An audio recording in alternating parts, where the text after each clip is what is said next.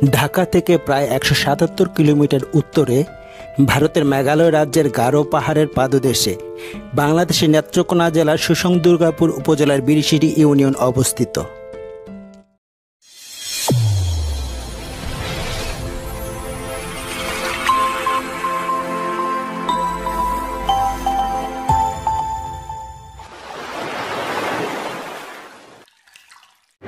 বন্ধুরা, আমরা যাচ্ছি নেত্রকোনায় বিরিশিরিতে ঘুরতে। রাতের ট্রেন, কিছুক্ষণের মধ্যে ট্রেন ছাড়বে। চলো ঢাকা থেকে বাসে বা ট্রেনে ময়মনসিংহ দিয়ে শ্যামগঞ্জ ও দুর্গাপুর হয়ে অথবা সরাসরি বাসে বা ট্রেনে নেত্রকোনা হয়ে বিরিশিরি যাওয়া যায়। আমরা আজকে ট্রেনে নেত্রকোনা হয়ে সুসং দুর্গাপুরের বিরিশিরি যাচ্ছি। এখন বাজে রাত 4:45। আমরা এসে নামলাম নেত্রকোনা স্টেশনে। এখানে কিছুক্ষণ রেস্ট নিয়ে তারপরে বিরিশিরির পথে রওনা করব। নেত্রকোনা রেল স্টেশন থেকে একটি সিএনজি রিজার্ভ নিয়ে ভোরের আধো আলোতে খেয়াযোগে কংস নদী পার হয়ে চারপাশের প্রকৃতি দেখতে দেখতে বিরিশিরি বাজারের কাছে একটি গেস্ট হাউসে পৌঁছালাম। বন্ধুরা, আমরা নেত্রকোনার সুসং দুর্গাপুরের বিরিশিরিতে পৌঁছে গেছি। এখানে YMCA এর একটি আদিবাসী কালচারাল সেন্টার মানে একটি রেস্ট হাউসে উঠেছি। চলো আমরা ওখানে গিয়ে একটু রেস্ট নিয়ে নিই, তারপর আবার বেরোবো। YMCA এর এই আদিবাসী কালচারাল সেন্টারের গেস্ট হাউসটিতে ঢাকা থেকে বুকিং দিয়ে আসা যায়। এখানে থাকা খাওয়ার সুব্যবস্থা আছে। কিছুক্ষণ বিশ্রাম নিয়ে সারা দিনের জন্য আরেকটি সিএনজি রিজার্ভ নিয়ে আমাদের প্রথম গন্তব্য বিজয়পুর বিডিআর ক্যাম্পের উদ্দেশ্যে যাত্রা করলাম। বিজয়পুর বিডিআর ক্যাম্পটি এই প্রান্ত দিয়ে বাংলাদেশের শেষ সীমানা।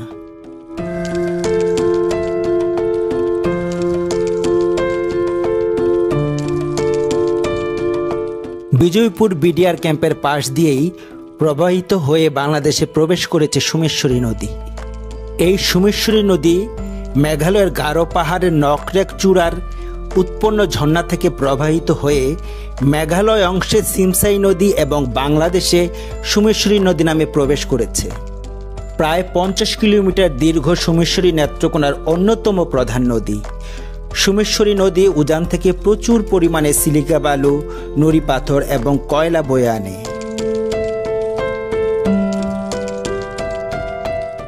সোমেশ্বরী ভ্রমণ শেষে যাত্রা করলাম আমাদের দ্বিতীয় গন্তব্যের উদ্দেশ্যে।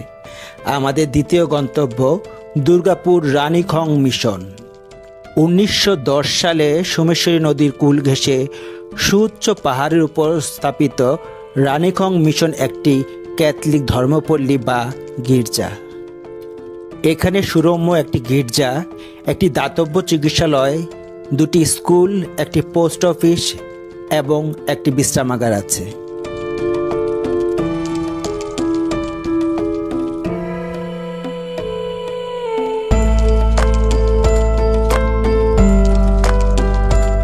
এবার আমরা যাচ্ছি আমাদের তৃতীয় গন্তব্য সাদা পাথর বা সাদা মাটির পাহাড় এলাকায়। এটি দুর্গাপুর উপজেলার কোলাগড়া ইউনিয়নের আরপাড়া ও মাইজপাড়া মৌজার বিজয়পুরে অবস্থিত। বাংলাদেশের মধ্যে প্রাকৃতিক সম্পদ হিসেবে সাদা মাটির অন্যতম বৃহৎ খনিজ অঞ্চল এটি। বন্ধুরা, আমরা এসেছি এখন দুর্গাপুরের সাদা পাহাড় এলাকাতে। চলো তোমাদেরকে সাদা পাহাড় এলাকাটা ভালোভাবে ঘুরে দেখাই।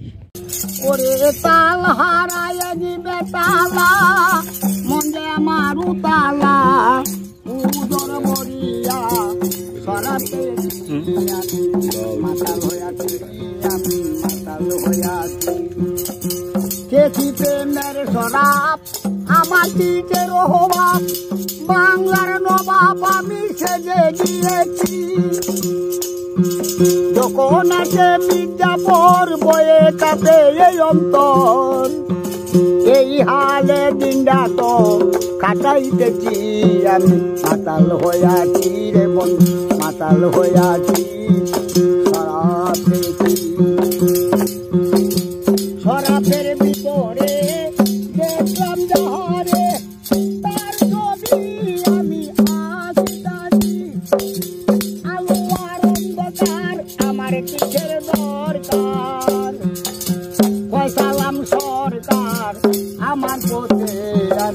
বলে দিয়েছি মাতাল হইয়াছি রে বন্ধু মাতাল হইয়াছি শেখ পাথরের গেলে ভরে দে সরাব আমারে নেশার করে আমি ডুবে গিয়েছি শেখ পাথরের গেলে ভরে দে সরাব আমারে নেশার করে আমি ডুবেছি তাল হারাইয়া দিবে তালা মন যে আমার উতালা উদর ভরিয়া প্রেমে করাতে গেছি মাতাল হইয়াছি আমি প্রেমে পড়েছি যখন আসে বিজ্ঞাপন হয়ে কাঁপে এই অন্তর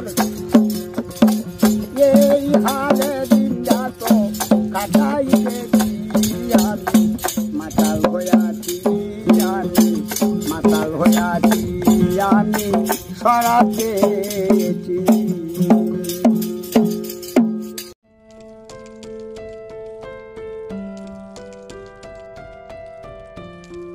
ছোট বড় টিলা পাহাড় জলাশয় এবং সমতল মিলিয়ে প্রায় 15.5 কিলোমিটার দীর্ঘ এবং 600 মিটার প্রস্থ এই খনিজ অঞ্চল। এই চীনামাটির অঞ্চলের প্রাচীন ইতিহাস না জানা গেলেও 1957 সাল থেকে এর মাটি উত্তোলন কাজ শুরু হয়। খনিজ সম্পদ ব্যুরোর তথ্য অনুযায়ী এই অঞ্চলে সাদা মাটির পরিমাণ ধরা হয় 24,70,000 মেট্রিক টন, যা বাংলাদেশের 300 বছরের চাহিদা পূরণ করতে পারে।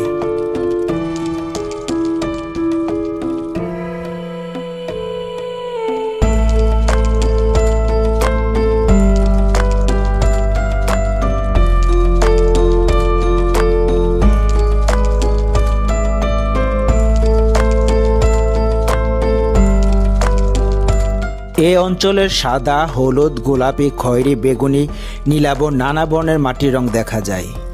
এ অঞ্চলের জলধারাগুলোর পানির রঙও ভিন্ন, যেমন কোথাও নীল বর্ণ আবার কোথাও সবুজ বর্ণ। এই সাদা মাটির পাহাড় অঞ্চলের চারপাশে ক্ষুদ্র নৃগোষ্ঠী সম্প্রদায়ের মানুষের বসবাস।